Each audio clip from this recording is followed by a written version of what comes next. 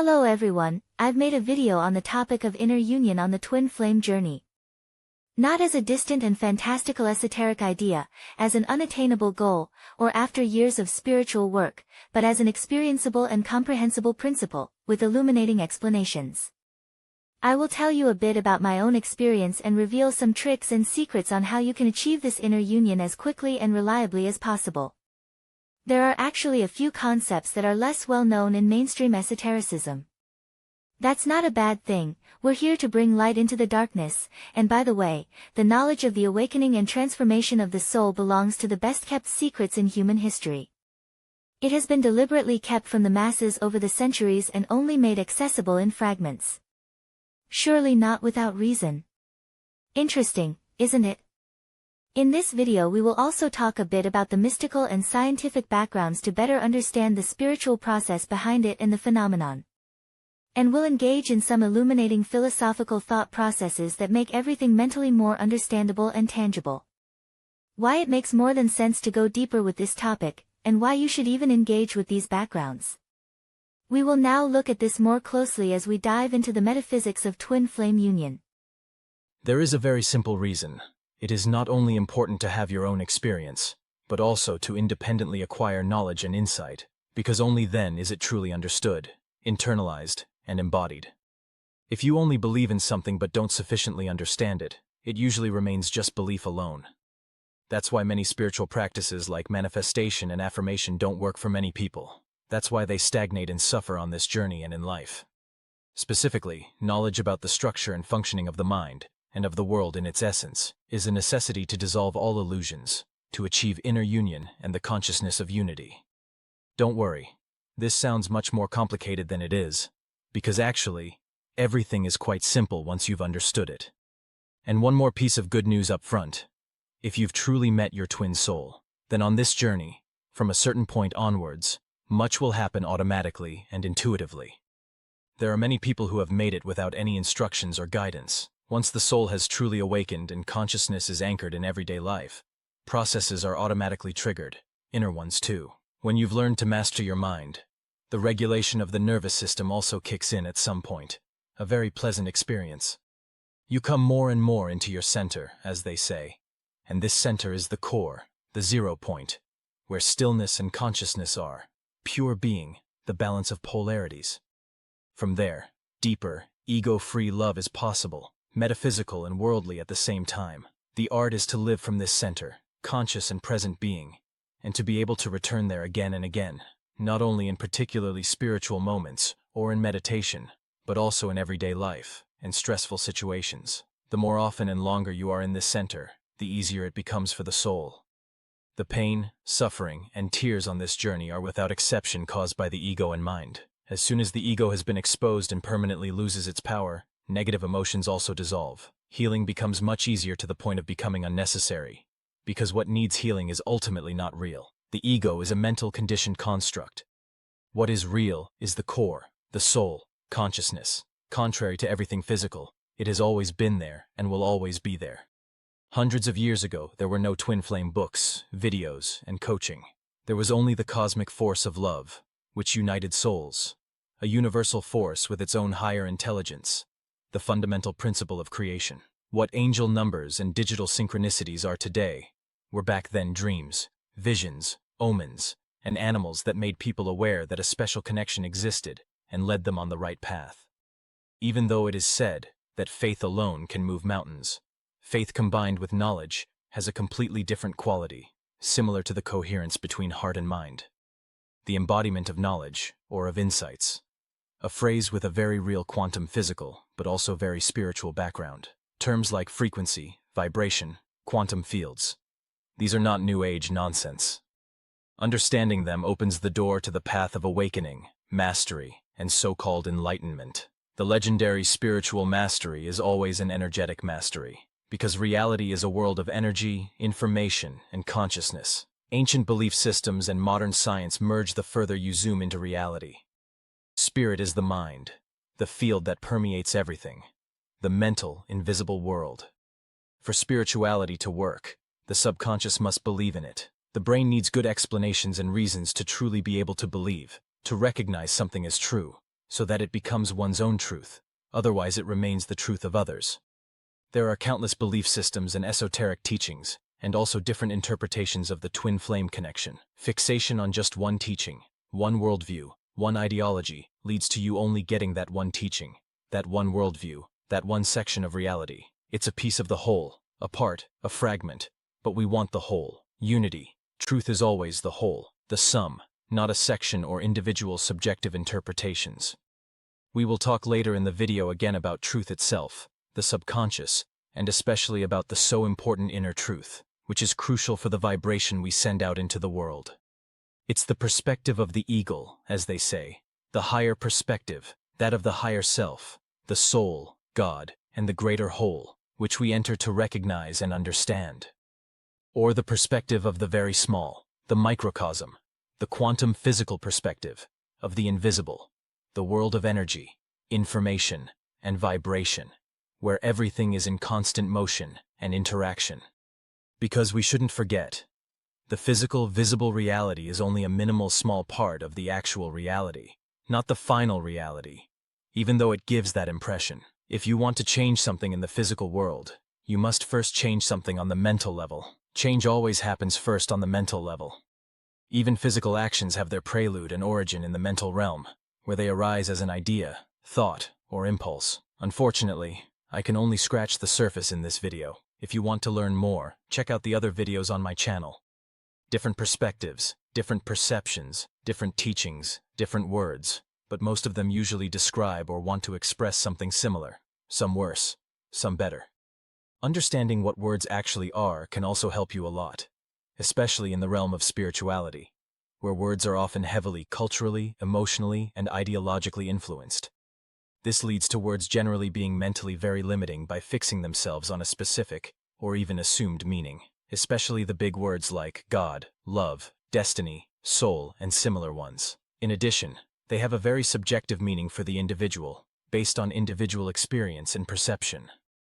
The word God, for example, automatically leads to a personification and humanization of something intangible and unimaginable. It limits something that has no limits, gives the formless a misleading form. Words cannot say everything about things. They can lead to misunderstandings in communication, which is probably rooted in the nature and essence of the word itself. A word has no universally valid, objective, set-in-stone meaning. We shouldn't forget that, especially for spiritual terms and insights. That's why symbols have also been used for thousands of years to convey deeper knowledge and insights. Symbols, unlike words, are more flexible in interpretation and superior to mere words. Because a symbol doesn't restrict, doesn't limit the meaning, which is why occult symbols have been used for millennia to convey knowledge and insights. Also, many ancient scriptures and books are not to be understood literally. They contain a deeper, metaphorical, and symbolic meaning, which only becomes accessible with a deeper understanding. The literal interpretation has already led to too much suffering in human history. Just look at the history of the great religions and the excesses of spiritual fanaticism into modern times. There are differences in the mental approach to the twin soul process. However different the paths and teachings may be, it is always a direct experience with one's own soul, which is why all kinds of manipulation and self-deception are doomed to failure, because you cannot lie to yourself. The way I and others explain the phenomenon, it's not about scientification, excessive mystification, or taking away romantic ideas. It's actually always about love, a deeper love than that of the ego and the material world. When tears flow, they are sacred tears. This feeling of sacred love, a love that is much greater than everything one usually understands by love, was the door opener for me. It was even just a single magical summer day that changed everything for me. Finding a deeper insight and truth that opened my heart, months before I clicked on the first twin flame video. The word sacred is not necessarily to be understood in the classic religious context, where it is sometimes used excessively, but in the sense of a feeling of connection with the divine source, and with all beings and things that are. A feeling like the storm of a gleaming light that you cannot see with your eyes, only feel with your heart. But now let's come to my experience, which I have also described in detail in my book Twin Flame Gnosis. You'll find links in the video description and on my channel. I will now tell you a bit about how unity and inner union feels to me. It is a very pleasant and relaxed state, a state of peace, freedom, balance, and happiness. In the midst of external chaos and crises, life has become beautiful and easy. I love living and laugh a lot. There are no more worries and fears. Life is simply fun. Every new day is interesting and in a certain way magical. I feel an incredible lightness, an unshakable trust in myself and the universe, and deep gratitude for the wonders of this journey and the last few years. The spiritual concept of gratitude and the metaphysical energy behind it also deserves very special consideration, because honest and deeply felt gratitude is one of the keys that can open the gate to the heart, as was the case for me. Then there is the feeling of being in flow with life and being synchronized with the universe. Rarely does a day pass without major coincidences and synchronicities. They are my constant companions and have become normal, although we're not talking about angel numbers, trivial coincidences, or those based on selective perception.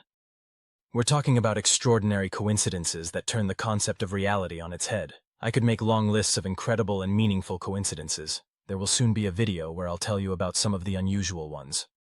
For example, a few weeks ago a pet died. The exact name then appeared in the address of a video that I uploaded here. That's actually pretty much impossible, as the links consist of randomly generated codes. Recently I was sitting on the couch talking to someone, just talking about power supply and blackout, when at that exact moment it went dark in the apartment. The power had briefly gone out for unknown reasons. My journey was accompanied from the beginning by an incredible mass of coincidences, back then already, and when it started again after a reunion with the twin flame, that is of course somehow an ongoing external confirmation that you are involved in a magical and fateful matter. I see and feel how the world reacts to me, to my consciousness. I feel like part of the greater whole, whatever that exactly is, as unity with all things. Sometimes you feel like you're in a mystery film. I once jokingly said to someone, if it wasn't exclusively about love, if instead the name of a deceased person was involved, then it would be very creepy, and someone should call the ghost hunters. Since I've always been interested in fantasy and science fiction, I can fortunately deal with the paranormal phenomenon quite relaxedly. It fascinates me and awakens my urge to research. For those who want to dive deeper into the subject, I recommend the work of the famous Swiss psychoanalyst, Carl Gustav Jung, a highly interesting person also in connection with gnosis and the twin soul journey. Unity and union is definitely a state of love, unconditional love, not kitschy, classic romantic love, but metaphysical, yet at the same time worldly anchored, and I feel loved back by the universe, God, being, tangibly, also in the form of all these signs, of which the greatest is how I have changed internally. Before I continue, that was an important point just now. This feeling of unity with being, or call it God, the source, whatever words one can use for it. The consciousness of the unity of all things, not just unity with your twin soul. And the best thing is, this unity can be experienced directly, through all the coincidences and synchronicities, not only on the twin flame journey. The phenomenon is significant for spiritual awakening in general. The world actively reacts to awakened consciousness, not just with angel numbers on license plates. I've been told that very many people like this type of license plate, which is why they are found disproportionately often on our roads. Just as a small skeptical aside, sounds logical.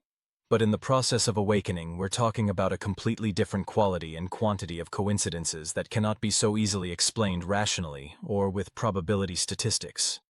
Understanding this structurally paranormal phenomenon can be an important key to developing a fundamental understanding of the dynamics of being itself, and thus also of the soul journey. Why is a deeper understanding of the structures of the mind and the world so important, as I often emphasize? Why are superficial teachings and a rudimentary understanding not enough? It's the mechanisms of the mind itself, the veil that stands between the soul and illusion, between the true and the false. Apart from esoteric phrases, there's psychology and neurobiology. It's important to understand and recognize why people have been meditating for thousands of years. It's the automatisms and the functioning of the brain, the unobserved mind, which cause us difficulties and can sometimes plunge people into mental crises. Mental illnesses have increased extremely in modern times, so mastering one's own mind is probably the most important skill one can learn in this form of existence. Also understanding what thoughts are in their essence, in connection with physical laws and the findings of quantum physics, can help you a lot on this journey. For example, to understand why excessive thinking about the twin flame is not good. Two interesting comparisons of what awakening means, which also say a lot about the state of unity. It's as if you awaken in a dream, or as if you had been watching a game until now and now have control over the game character and can finally play yourself.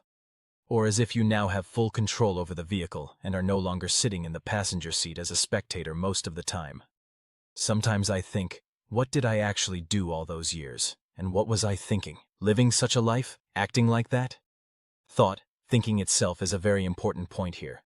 Again, mastering your own mind is the most important thing you must learn if you want to reach the state of unity, if you're serious about awakening and transformation. Although mastering might not be the right word, you must be the master in your own mental house again. Ego and mind as tools of the true self, not as dominating forces that bind the mind. The mind must be calm so that consciousness can develop and anchor so that the soul fully awakens, begins the transformation, and possibly the process of ascension. Observation, discernment, dissolving false identifications are mental techniques that have proven efficient for centuries. You probably know the symbol of the all-seeing eye, which you encounter in many places, and which is also used by secret and occult societies. The symbol stands for the observer, for the recognition of the true self. At the top of the pyramid, above everything, stands consciousness. Shall we talk again about the mind and how important it is to understand its functioning? People have been meditating for thousands of years to silence their minds. As I said, the quietness of thoughts is the prerequisite for true spirituality, because only then can you truly hear the spirit, the soul, and connect with it. You must learn to master your mind to connect with your soul, and thus also with your twin flame, and to reach the state of unity and union. The brain, the ego, meaning also your personality and your history, the thoughts we think, all of this is in essence and structurally physical, duality, separation, and illusion. Spirituality and unity is ultimately always depersonalizing. The person, your identity, is not the core, it's a part, more an expression of consciousness in matter. On the one hand, this can be very uncomfortable because it questions the concept of I and identity. But on the other hand, it can also be very liberating, because it's the parts of you that bind you to illusion. The complete identification with the false self is what leads to problems. There's often talk of vibration and the union frequency. This is not New Age bullshit. Even though our eyes and our body say something else, the real reality is a world of energy, information, and vibration. Vibration, because everything is in motion. Every single atom that physical objects consist of is in constant motion, because even at the atomic level there is no standstill. The smallest building blocks of matter are permanently in motion, and it is precisely this incessant dynamic from which what we perceive as solid reality emerges. One could also say, our perception of reality is very limited. The visible and solid world is a result of our perception, not a fixed, static image. Beings with differently constructed eyes perceive the world in a completely different way, just regarding the visible color spectrum alone. The frequency of unity is magnetizing. It's the frequency of the soul and the source. The world aligns itself accordingly, they say. But you can also experience it yourself when you reach this state of consciousness. But why is that? Because everything is one and connected on deeper energetic levels. The matrix of being is neutral, but it has structures and follows laws, energetic and mental laws. If you understand them, you also understand the soul connection and the twin soul journey, which is deeply embedded in the structures of being. These laws are to be found in the mental realm, in the interplay of inner and outer, the interaction of consciousness with the surrounding quantum fields. You've surely heard of the Hermetic laws, ancient traditions that receive a comprehensible scientific background in modern times.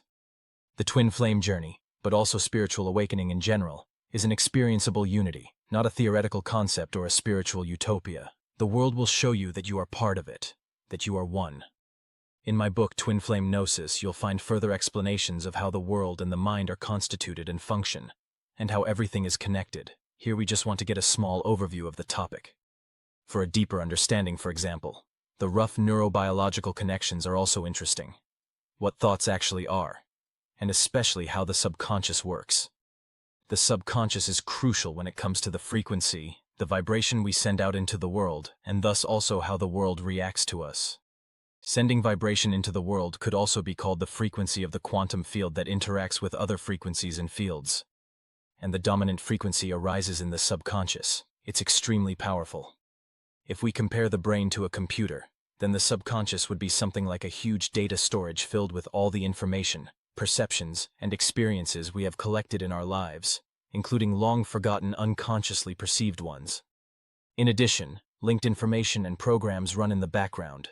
Important, rudimentary system programs, partly evolution-related programming, and all kinds of reactive programs.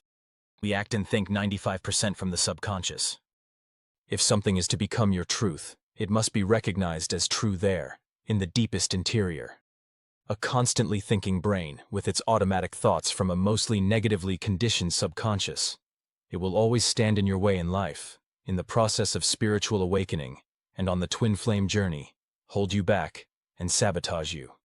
That's why mastering your own mind is the be-all and end-all, the absolute prerequisite if you're really serious about this journey. You must learn to distinguish between ego, mind, thoughts from the subconscious, and the core, the soul, pure consciousness, the presence behind thoughts and personality.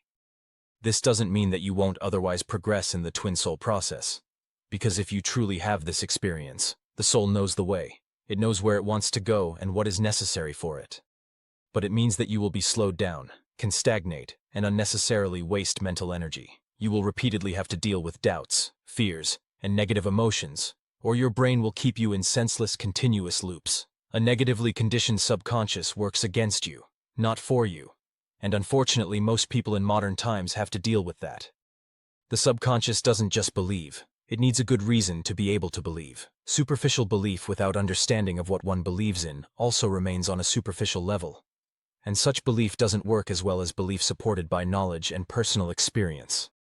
The subconscious can be positively influenced and reprogrammed, just as it was programmed and conditioned, for example through positive experiences, positive thought control, which doesn't mean compulsively positive thinking, but primarily paying attention to quickly recognize unnecessary, negative and automatic thoughts, and not allowing yourself to be taken over and overwhelmed by them under any circumstances.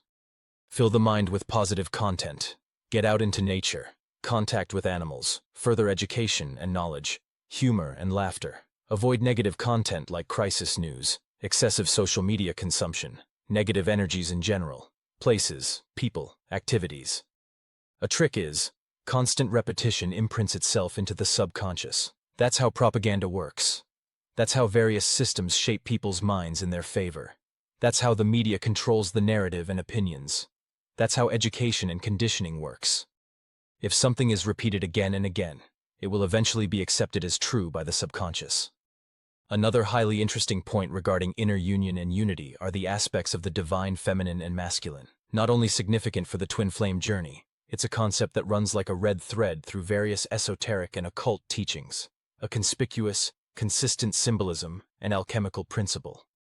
But it's not only this concept that appears everywhere. There are also other well-known symbols like moon and sun, the snake and the eye, the triangle and patterns of sacred geometry, which are found everywhere and whose deeper meaning is directly connected with the soul journey. When we speak of the divine feminine and masculine, it should be generally known by now that these are not physical gender roles, but polarities, fundamental principles of creation that manifest in different qualities. The alignment and harmonization is a central dynamic in the twin soul process, but also of general awakening, because usually the aspects are out of balance due to various factors. The rising, developing consciousness regulates these, and the interplay of heart and mind, vision and action, creativity and structure unfolds the true potential, an amazing inner process that can be observed and that shows itself with a certain state of consciousness and in a later phase of the journey. At the end of the video, once again summarizing the most important insights and advice I can give you for your journey. There's probably still a lot to add, or what I might have overlooked, but in general, and from my personal experience, I would say that self-knowledge and world knowledge, together with a deeper understanding of the structures of the mind and being, are enormously important. The consciousness of unity and twin soul union don't arise overnight. They cannot be rationally grasped or fully explained. It's an inner process, an alchemization of consciousness, a dynamic of experiencing, recognizing, understanding, and embodying. The opening of the heart chakra is, according to many twin flame teachings, but also occult and East Asian teachings, and according to my own experience, essential to unlock the next level on this journey. After that, the real transformation begins, the complete awakening of the soul and the process of the soul's ascension. If you're interested in what ascension really means, then definitely check out my book. I've thought about it extensively there, and looked at what all the religions and teachings say about it. which then led to an unusual interpretation that opens up a completely new perspective on the twin flame phenomenon, but also on gnosis as a teaching. I will make videos on some topics that I've only briefly touched on here in the future, so feel free to leave a subscription so you don't miss any valuable information and insights, because I've researched one thing or another that might surprise you. That should be it for now. Thank you very much for your attention and for watching until the end. If you liked the video, give it a thumbs up, and if you have questions or want to comment, please do so under the video. Until next time.